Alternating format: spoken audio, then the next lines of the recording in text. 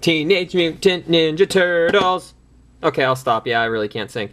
Today, class, we've got a special lesson for you. So you, if you're quiet, shut up. We'll have a special lesson for you.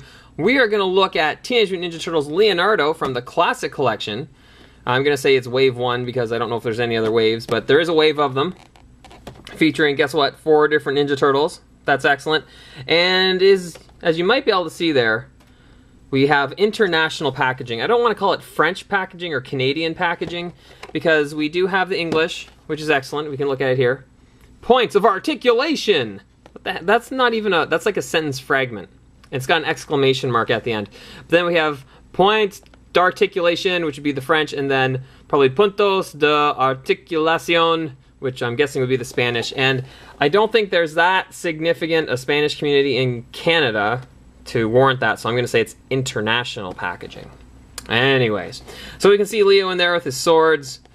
We've got the, looks like a sewer cover down there, which is nice. And just remember, in case you forgot, Leonardo leads. That's what he does. So on the back, I'm not going to go through all this, but we've got a whole bunch of explanation of what the Ninja Turtles are and were and what this series is. And again, we've got the extra 2 languages. We've got English over here. And basically, they're bringing back Ninja Turtles in the Classic Collection. They're highly articulated, etc., etc. And down here, this is a little more interesting. So we'll talk about that a little bit. Ninja Turtles was a indie comic. Jumped to stardom through the original Murakami Wolf Swenson animated series. It ran from 1987 to 96, which I didn't realize it was on that long. I forget when I stopped watching it. Had 190 episodes, blah, blah, blah. They eat pizza. So, and there they are looking all happy and stuff. And that's why this picture is so small. We may even have to compare the packaging for this one for maybe one of the American figures, just to see the difference. But they all look so happy there. They're jump kicking, and well, 3 of them are kicking, and they all look, yay, we're happy. And then you look at the figures themselves, and they're like, don't you goddamn screw with me, or I will beat your ass. So, we got Leonardo, Raphael, Michelangelo, and Donatello. And what's nice is that you can see their shades of green are all kind of different, which goes way back to the original Ninja Turtles figures. They were all kind of a different color green, depending on which one you had. Even though I think in the show they were all basically the same color. As you can see, lots of different languages for the text. So there is Leonardo. He leads, remember that. What we're going to do is we're going to open this up, and we'll have a look at him in a second. And here we have Leonardo. And we'll take just a quick 360 view of the figure here, with his swords in their sheaths, which is awesome. We can have a quick look. Gotta say right now, I am already just totally impressed with this figure. And when you consider that Leonardo was never one of my favorite turtles, that says a lot.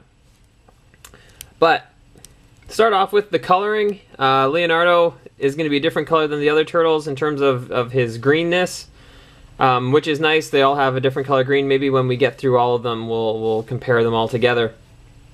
But he is wearing his blue headband here, with the elbow and wrist guards and his knee guards here. He's got the yellow kind of, is it an underbelly? I don't know what you would call it for a turtle, but we've got that.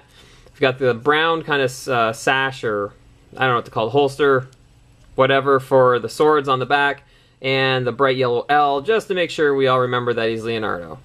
Because otherwise we wouldn't know. The headband wouldn't remind us, the swords wouldn't remind us, so we needed a big L as well. It's a good thing they all have names that start with different letters, or we'd all be screwed. And for the sculpt, I mean, honestly, I don't know what else to say besides look at that face. That so reminds me of the Ninja Turtles cartoon. It is not funny. It is just amazing. And the level of detail. We've got the eyebrows coming in on the headband, which I have to say, I find that interesting. His brow is furrowed there, and you can see it through the headband. Like, it must be something that gets painted on or something, except there's the little doodads at the back, which we have here, which is nice. The shell, it's got that, I imagine it's probably the same shell for all the turtles, but we'll see how that goes.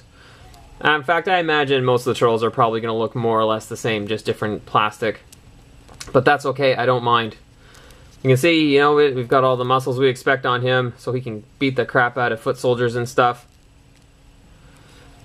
The number of joints, which we'll talk about articulation in a minute, does kind of, I don't want to say it's bad, but it does make it look in some places, like, holy crap, like a nice smooth line would have been nice there, but then obviously you wouldn't have gotten the articulation, which is what they've gone for. They've never had, to my recollection, a Ninja Turtle figure that has articulation like this one does, which is nice. Now, speaking of that articulation, now there's 34 points. We're not going to cover all of them because some of them are on the left and some of them are on the right. But if we start off with the head, we can rotate it all the way around. You can go up and down a very little bit, so it's on something of a ball joint. The shoulder is on a ball joint there, or a double one. We can rotate it. We can go up and down. We can rotate here at the bicep. There's a double joint here for the elbow, so 2 points there. The wrist will rotate as well as go forward and back. Each finger can go forwards and back on its own, and the thumb can move backwards and forwards. What's interesting is that even though we have this whole shell piece here, we can actually give him some movement in his mid-torso, which is very interesting because really I don't think he should be able to do that, but because of the hard shell, but the shell does move with him, or a half shell anyway. Pretty cool, I have to say, I do like that. The thighs are on a joint of their own, or at the hip, sorry, rather. The thigh, if we can do it, is independent and it can rotate on its own. There's 2 joints here for the knee, which we can straighten back out. The ankle moves back and forth. We can rotate it all the way around, and each toe also has its own joint to be moved.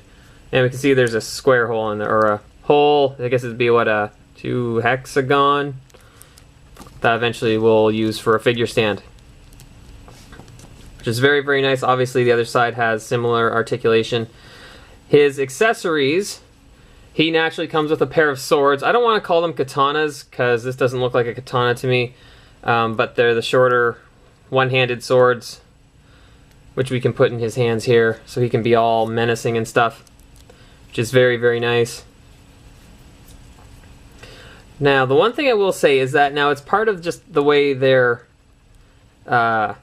articulated, but I have found in just my brief moments with this figure that it is slightly difficult to have him hold on to his swords. They will slip out. You really have to press on the fingers to hold them in there, but otherwise they're not too bad. So we can have him doing all sorts of Ginsu stuff. It slices, it dices, it juliennes fries. Oh wait, that was from the movie. Said we're gonna have a hard time putting that in there, making it stay. Come on, bastard. But while we look at the swords, one thing I do want to point out, maybe we'll grab this one since it's gonna fall anyway. Here, now he looks like come and get it, biatch. The handle of the sword is color-coded with his headband, his color. I've never seen the Ninja Turtles do that before. I mean, really? Does anybody not know that Leonardo uses swords? Like, that's his thing, right? So I don't really get the point of that. I think it's going to be the same for all of the Turtles figures for this wave, which, I don't know, I guess it's okay. It's not a bad thing, but it's kind of a, come on, like, trust me, the people that are going to buy this, they already know. Oh, well, that's okay. I guess it's an extra level of detail that I really shouldn't bitch about. But to me, it just, you know, I get it. I know. At any rate, that's okay. The only other thing that this figure does come with, if I can get him to stand up, which I'm having a fair amount of trouble doing, there we go, is he comes with this thing. It's a little sewer grate. It says, or manhole cover, I guess. Person cover? Can I say manhole anymore? Anyways, Teenage Mutant Ninja Turtles and the classic kind of logo there, and it says Leonardo. That way you cannot use this for any other Ninja Turtle. It's Leonardo only. So we can take that, and actually it's got a peg for each foot, which is in the back of the heel there. Let's see if I can do this. Good thing the evil wife isn't around at the moment, or she'd be making jokes about trying to... Anyways, I'll stop there. I'll let you use your imagination. And we can stand him up there, and he stands up amazingly well like that. So the figure stand works. That's really good. By virtue of being a turtle, he's got the heavy shell on the back, and it does make him a little back heavy. He does have a fair bit of backpack there, but to be honest, he's got a shell, so I expect that. So while I have been gushing over this figure a fair bit, there are a couple things I do want to point out. The joints, and this figure literally just came out of the package, the joints are very soft, very weak. They're not going to hold up too well. I've seen ways on the internet to try to fix that, but they are pretty soft, especially at this point in the arms, and the hips were pretty soft as well. The whole thing is made of a softish plastic, which helps the head stick in place, and you can see it even here on the back of his headband, that it's a soft plastic, which is nice. The strap that he wears is also that soft plastic, which in this case is really good because it allows him to move his upper torso. So this is an independent piece, which is nice. My only real bitch is that the things that holds his katanas, it's a separate piece on its own. It comes right off. And I think it should have been attached to this. Maybe not the shell, but it would have been nice if it was attached to this, because I have a feeling that this will fall out all the time. This might be a case where we get a little bit of crazy glue and we just make sure it never come out ever again, okay? But otherwise, you know, it's nice, and it holds the swords, so we don't have to have him holding them all the time if we don't want to. Yeah, I don't know what else to really tell you about this figure. Lots of great articulation. You've never been able to pose a Ninja Turtle like this before. If you're like me and a child from the 80s, Ninja Turtles were awesome. They were the biggest thing for quite a while. And the old figures, you know what, they were good for their time. But yeah, these are just, so far this one's just awesome. I mean, this is exactly how I remember Leonardo. He's definitely a nice display piece. I don't know how much play he should get, but definitely a nice display piece. If I were to grade our friend Leonardo here, Leonardo, you know what? Leonardo gets an A-, and I'll tell you why. One, I mean, yeah, I was never too fond of Leonardo. I mean, Leonardo leads. To me, he was always kind of devoid of any real character, at least on the old cartoon. But my gripes are the hands trying to hold on to the swords, which, quite honestly, is probably going to be an issue with all of them to a certain degree. And a couple of his joints are a little bit weak, which, again, may happen with all of them. I don't know. It may just be mine. And then this stupid thing at the back. So that knocks it down a little bit. But otherwise, you know what? The plastic is soft but doesn't feel cheap, which, believe it or not, is good. The figure display stand, which I usually don't like, is good. It comes in handy. It stands them up really well. And, I mean, we've never seen, at least I've never seen, a Ninja Turtle articulated quite like this. We can just put him in so many cool dynamic poses. It's just ridiculous. Total throwback to the 80s, which is why people like me would buy it. But that's okay, because I like it. He looks pissed off, which is excellent. I like this figure. I think this one's going to be prominently displayed. And so you should rush out and buy one if you have not done so already. So, that is our look at Leonardo from the Teenage Mutant Ninja Turtles Classic Collection. Thank you very much. Class is dismissed.